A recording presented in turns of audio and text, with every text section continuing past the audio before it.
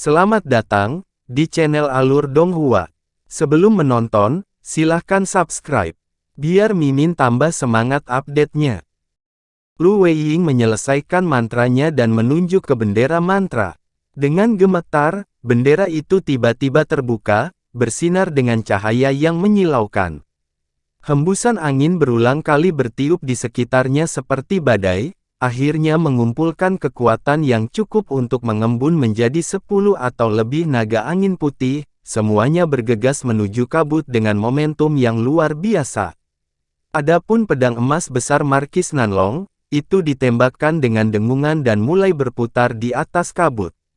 Tampaknya Markis Nanlong berencana untuk menunggu kabut menghilang sebelum menyerang binatang purba itu dengan hantaman keras. Setelah itu muncul Han Li diam-diam melepaskan lengan bajunya, memanggil lonceng kecil yang memancarkan cahaya perak dan terbang ke kejauhan dalam kilatan cahaya. Naga angin tampak berlomba satu sama lain saat mereka menabrak kabut dengan kepala lebih dulu. Kabut abu-abu bergolak untuk mantra sebelum terkoyak oleh tornado dari dalam. Namun, penyebaran kabut hanya berlangsung sesaat saat desisan aneh memenuhi udara. Tiba-tiba, ledakan teredam terdengar menembus kabut. Ekor ular besar melemparkan salah satu naga angin dari kabut dan menyebarkan tornado. Kemudian dengan dua bunyi gedebuk lagi, ekor ular itu dengan mudah menghancurkan dua naga angin dari dalam.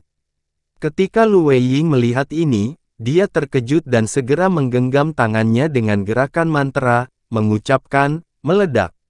Naga angin yang tersisa tiba-tiba bersinar dengan cahaya putih dan pecah. Angin ledakan menghancurkan kabut, menyebarkan sebagian besar kabut dengan angin kencang dan mengungkapkan monster yang ada di dalamnya. Itu melingkar dan tampak seukuran gunung.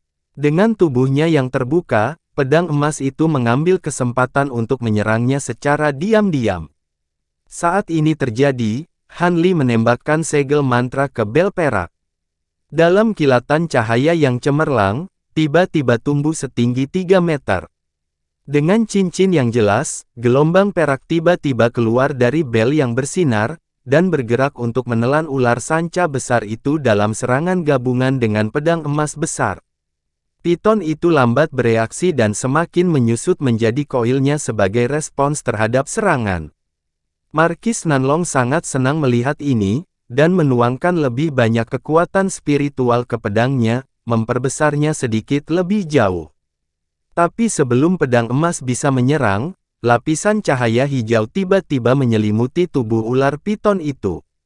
Ledakan besar terdengar saat cahaya keemasan dan hijau terjalin, tetapi segera cahaya hijau itu menguasai pedang emas dan menangkisnya. Ketika itu terjadi, ketiga pembudidaya itu terkejut. Setelah pedang emas dicabut, gelombang suara perak menghantam penghalang piton dan tersebar. Kedua serangan itu tampaknya telah membangunkannya dan perlahan-lahan menarik kepalanya untuk melihat Han Li dan yang lainnya. Pada saat itu, kabut abu-abu telah tersebar dengan bersih dan ular sanca besar itu telah muncul di hadapan mereka. Piton itu memiliki tubuh sehitam besi. Panjangnya lebih dari 20 meter, dan sangat tebal dengan sisik hitam seukuran telapak tangan menutupi tubuhnya, memiliki mata hijau samar dengan kilau yang tidak menyenangkan. Han Li merasakan jantungnya bergetar. Tepat ketika dia berpikir untuk mengingat lonceng peraknya, ular sanca besar itu tiba-tiba melebar dengan sendirinya, dan lonceng perak yang berjarak 100 meter darinya menghilang tanpa jejak. Sebelum Han Li menyadari apa yang telah terjadi, pedang emas besar Markis Nanlong juga menghilang dari langit dengan hanya kabur dari piton. Saat itu, Han Li sudah memproses apa yang terjadi. Piton besar telah memperluas dirinya dengan kecepatan fantastis, menelan harta dalam sekejap mata. Itu terjadi begitu cepat sehingga mereka tidak dapat bereaksi. Han Li meringis. Piton itu sangat besar, tetapi gerakannya sangat cepat. Ketika Markis Nanlong melihat bahwa pedang itu tertelan, alarmnya segera diganti dengan kegembiraan, karena dia telah menghabiskan lebih dari 100 tahun untuk menempa harta sihirnya yang terkait. Pertahanan luar ular besar itu mungkin tangguh, tapi karena ia telah mengambil inisiatif untuk menelan pedang ke dalam perutnya, bukankah ia mencari kematiannya sendiri? Dengan pemikiran itu, Markis Nanlong buru-buru memerintahkan pedang terbang emas untuk menampilkan kekuatan penuhnya di dalam perut ular sanca dan langsung membelah binatang itu. Tapi dalam waktu singkat itu, ekspresinya membeku. Meskipun harta sihirnya masih terhubung dengan indera spiritualnya, harta itu tertahan di dalam perut ular sanca besar dan tidak bergerak sedikit pun. Pada saat itu, dia menjadi gugup. Lagi pula, jika harta sihirnya sendiri mengalami kerusakan, kesadarannya juga akan rusak parah. Rekan Taois, pedang terbangku telah ditahan. Piton ini bukan binatang biasa. Hati-hati. Dengan mengatakan itu, Markis Nanlong dengan sungguh-sungguh menghela nafas dan dia mengangkat tangannya. Cincin hijau tua terbang dari jarinya dan melayang di depannya. Cincin itu berdenyut dengan cahaya dan samar-samar bertuliskan berbagai karakter jimat. Lu Weiying terkejut menemukan bahwa harta sihir mereka telah gagal dan dia buru-buru berusaha mengingat kembali bendera mantranya. Kemudian dengan lambaian tangannya, dia melepaskan beberapa jimat ke udara dan mereka segera meledak dengan cahaya putih, berubah menjadi puluhan bola api putih menyilaukan yang melayang di depannya. Han Li dengan heran melirik bola api putih dan merasakan keakraban terhadap mereka, tapi sekarang bukan waktunya untuk memikirkan itu. Dia kemudian memutar kepalanya dan menamparkan kantong penyimpanan, memanggil 4 garis cahaya putih di sekelilingnya. 3 serigala, 2 lembu api, dan seekor ular hijau muncul di depannya. Mereka adalah 6 boneka yang dia peroleh dari Taois Heaven Crystal dari pertemuan dagang akbar. Setelah dia mendapatkannya, dia belum benar-benar menggunakannya. Sekarang dia menghadapi piton purba yang tangguh ini, itu adalah kesempatan bagus untuk menguji kekuatan mereka. Markis Nanlong dan Lu Weiying melihat boneka Han Li dan sesaat mengungkapkan sedikit terkejut. Ketiganya adalah pembudidaya yang sangat berpengalaman. Dengan tatapan serius, mereka semua mengeksekusi berbagai kemampuan dalam serangan bersama melawan piton. Namun, kilatan tak menyenangkan mulai mengembun dari mata ular sanca saat menatap ketiga pembudidaya. Itu mengangkat kepalanya dan memuntahkan seteguk cairan ke arah mereka, memenuhi udara dengan aroma amis. Dalam kewaspadaan, ketiganya buru-buru mengangkat penghalang cahaya di sekitar mereka dan menahan napas. Pada saat berikutnya, mereka menemukan bahwa meskipun bau amis itu busuk, itu tidak beracun. Tetapi masih menyebabkan mereka ragu. Pada saat penundaan itu, ular sanca besar itu membuka mulutnya lebar-lebar dan tiba-tiba mulai menarik napas, melebarkan tubuhnya. Dalam sekejap mata, seluruh batu dan tanah di depan ular piton tersedot ke dalam mulutnya. Ketiga pembudidaya itu lengah dan mereka merasakan kekuatan besar menarik mereka. Mereka dibuat benar-benar tidak bergerak karena mereka menolak untuk dihisap ke dalam mulut piton. 6 boneka Han Li dibawa ke mulut ular sanca dalam sekejap mata, tidak memberikan perlawanan terhadap daya tarik. Sedikit terkejut muncul di wajah Han Li, tapi hatinya tetap tenang. Cahaya biru menyala dari tubuhnya, menyebabkannya menjadi sangat berat saat tenggelam ke tanah.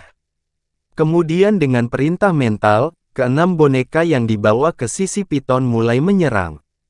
Tanduk lembu merah mulai berkedip dengan cahaya merah dan menembakkan 4 berkas cahaya ke mulut piton yang menganga.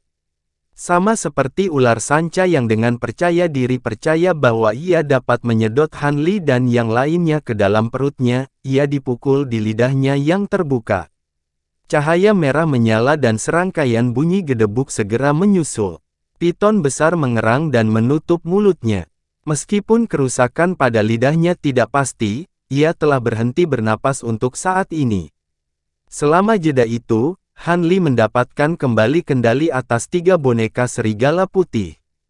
Tubuh mereka bersinar terang dengan cahaya putih, dan mereka mendapatkan kembali posisinya di tanah dengan cakar yang bersinar dengan cahaya beberapa inci.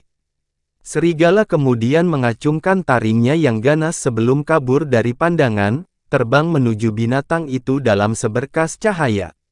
Dentang terdengar saat serigala memukul kepala ular piton. Cahaya hijau tidak muncul ketika serigala menyerang, tetapi cakar serigala yang bersinar dan taring yang tajam tidak dapat merusak sisik hitam, hanya mampu meninggalkan bekas putih. Kemudian, dua serigala segera kabur dan berpencar, menembak ke arah mata ular sanca besar itu. Mereka telanjang dan tanpa perlindungan sisik.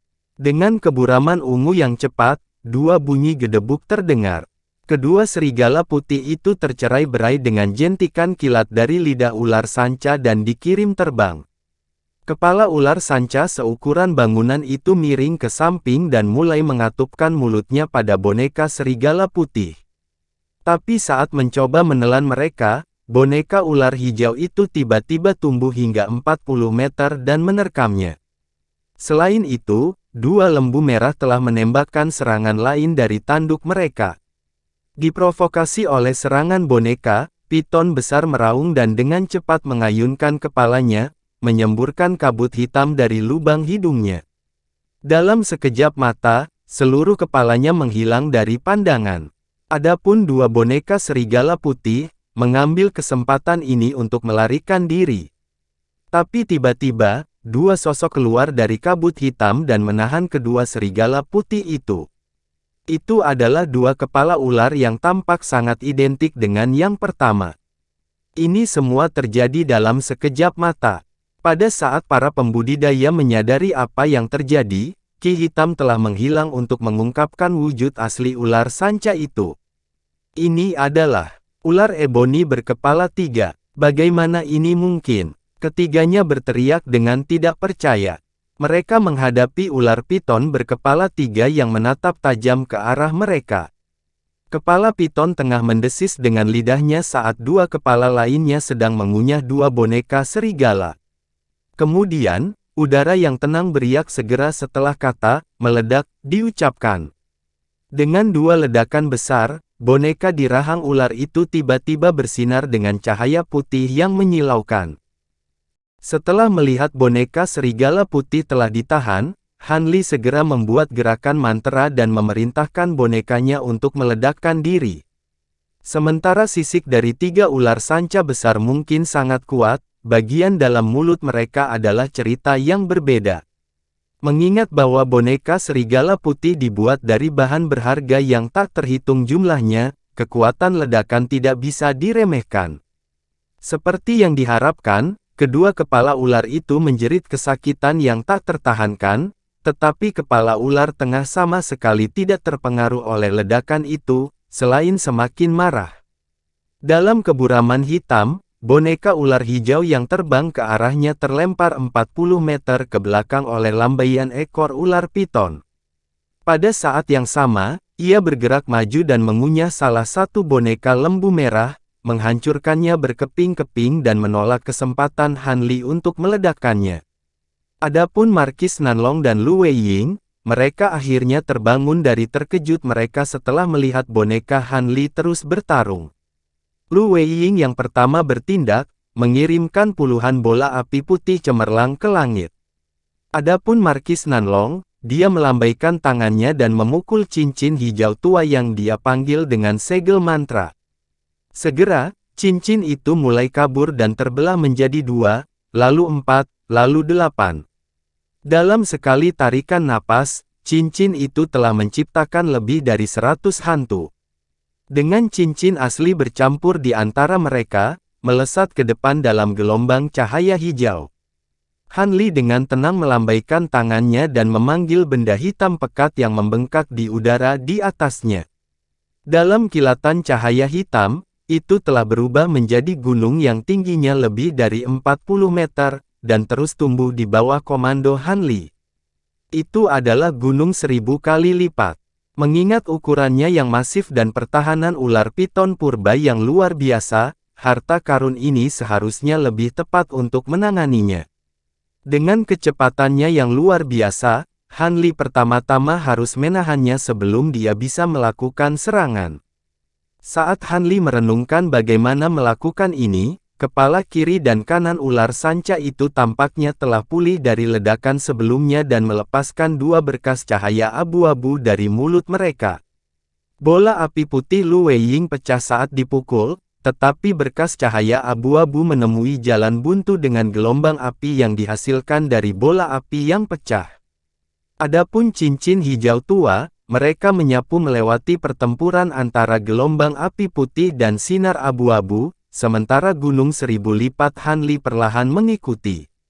Piton besar itu merasa terancam oleh rentetan lampu hijau dan kepala tengahnya melolong. Tubuhnya bersinar dengan lapisan cahaya hijau sebelum membuka mulutnya lebar-lebar dan menerkam ke depan, menyapu ilusi cincin hijau tua. Tapi salah satu cincin yang bersembunyi di belakang mengelak, dan kabur, itu muncul di atas kepala ular sanca. Cahaya bersinar terang dari cincin saat itu berubah menjadi seberkas ki hijau, menyerang dengan momentum yang menggelegar. Tiba-tiba, cincin hijau tua itu meluas secara besar-besaran dan menyempitkan ular sanca besar itu dengan sekuat tenaga, tenggelam jauh ke dalam daging ular sanca itu. Piton itu tiba-tiba merasa bahwa 7 inci dagingnya terkekang dan merasakan gelombang rasa sakit yang luar biasa memancar dari area tersebut. Kepala piton utama mulai meronta-ronta dengan liar untuk melepaskan diri dari batasan cincin hijau. Dua kepala lainnya juga terpengaruh oleh rasa sakit dan tidak mampu menahan sinar abu-abu yang menahan gelombang api putih. Ketika Lu Weiying melihat ini, ekspresinya menjadi cerah dan dia memanfaatkan kesempatan itu untuk memerintahkan api putih ke depan. Gelombang api putih melonjak setinggi lebih dari 40 meter dan menelan ular piton besar itu. Namun, cahaya hijau yang menutupi tubuh ular sanca besar itu sangat tangguh, dan bertahan kuat melawan api putih. Sementara cincin hijau tua mungkin membatasi kepalanya, tubuhnya belum mengalami kerusakan apapun. Tiba-tiba, cahaya hitam mulai bersinar di atas piton saat gunung hitam setinggi sekitar 100 meter muncul di atasnya. Gunung itu mulai berputar di udara, melepaskan awan hitam di bawahnya dan menjebak ular piton besar itu. Piton besar itu menjadi lamban di dalam awan hitam seolah terbebani oleh tekanan yang sangat besar. Menggunakan kesempatan yang diberikan, gunung hitam mulai runtuh. Merasa bahwa hal-hal yang jauh dari baik, piton mengangkat masing-masing kepalanya dengan usaha keras dan melepaskan beberapa bola cahaya ke arah langit untuk menghalangi turunnya gunung hitam, tapi sebelum mereka bisa mencapai gunung, dibubarkan oleh awan hitam yang mengelilinginya. Tidak mau membiarkan masalah berdiri dan menunggu kematian, piton besar menggunakan seluruh kekuatannya untuk menamparkan ekornya ke bawah dan meluncurkan dirinya keluar dari dalam awan hitam. Namun pada saat itu, api putih yang mengelilingi tubuhnya tiba-tiba berubah menjadi beberapa rantai tebal dan melilit tubuhnya. Piton besar itu hanya mampu terbang sekitar 30 meter sebelum jatuh ke tanah. Akhirnya, gunung itu menabraknya dan seluruh area di sekitarnya bersinar terang dengan cahaya hitam, mencegah siapapun melihat apa yang terjadi di dalamnya. Kepala ular sanca itu menjerit celaka sebelum gunung itu hancur ke tanah dengan getaran yang memekakkan telinga. Markis Nanlong mengungkapkan senyuman dan Lu Weiying menghela nafas. Namun, Hanli mengerutkan kening saat dia melihat pemandangan di depannya. Cahaya hitam sedikit memudar untuk mengungkapkan gunung hitam. Piton besar itu masih belum sepenuhnya mati karena masih ada satu kepala yang belum hancur. Itu menjerit saat dia melambaikan kepalanya bolak-balik dengan sekuat tenaga. Vitalitas luar biasa yang ditampilkan. Lu Weiying mendengus dan melambaikan tangannya. Seberkas cahaya putih dengan keras melesat di udara dan tiba di atas piton.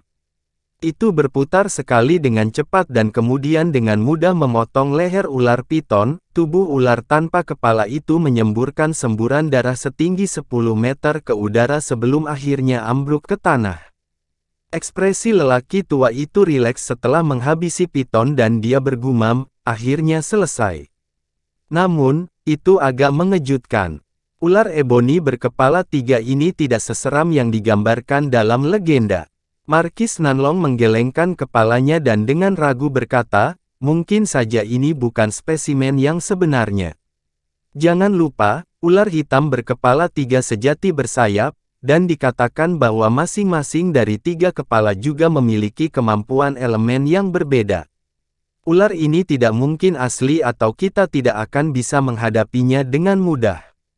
Mungkin ular ini adalah varian dari jenis lain.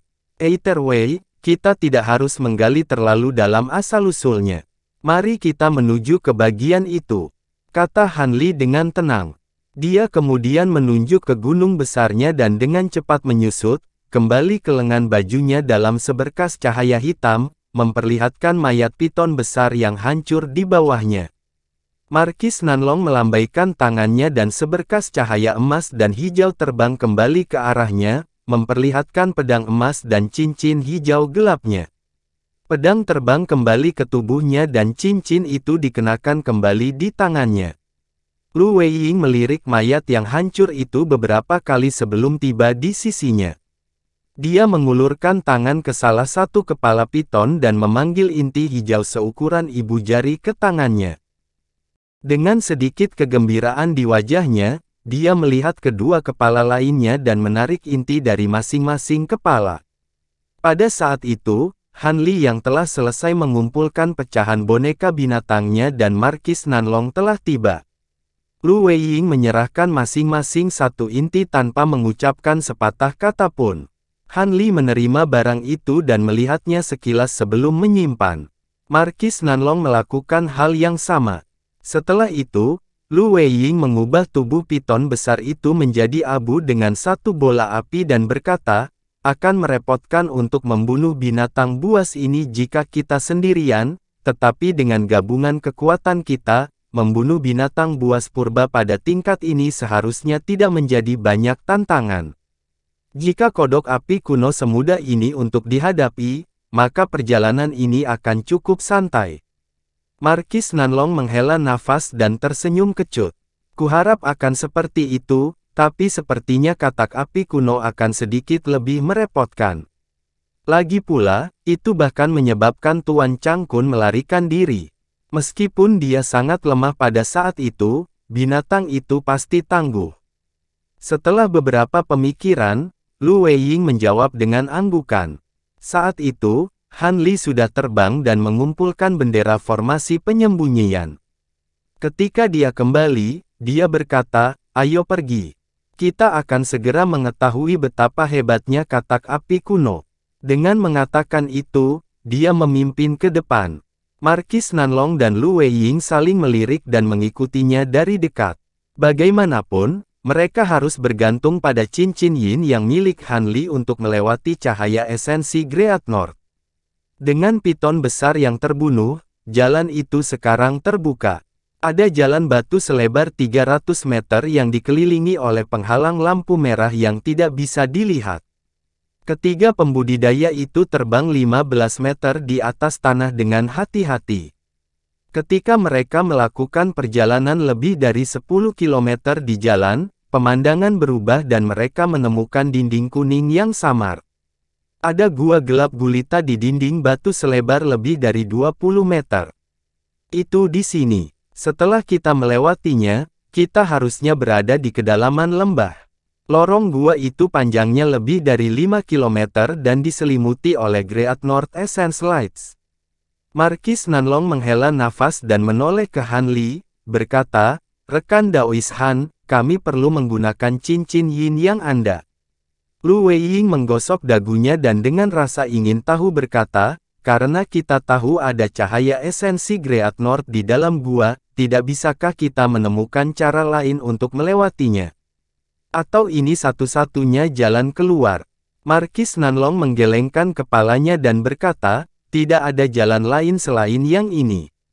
Kakak Lu, serang batu itu dengan harta sihirmu dan kamu akan segera menyadari alasannya. Baiklah, aku akan memukulnya. Tidak menyerah, Lu Weiying melemparkan lengan bajunya dan melepaskan cahaya putih dari tangannya, dengan keras menyerang dinding batu. Pada saat itu, Han Li dengan jelas melihat pedang pendek bergerak dalam seberkas cahaya putih. Tampaknya itu adalah harta sihir pedang terbang yang jarang terlihat.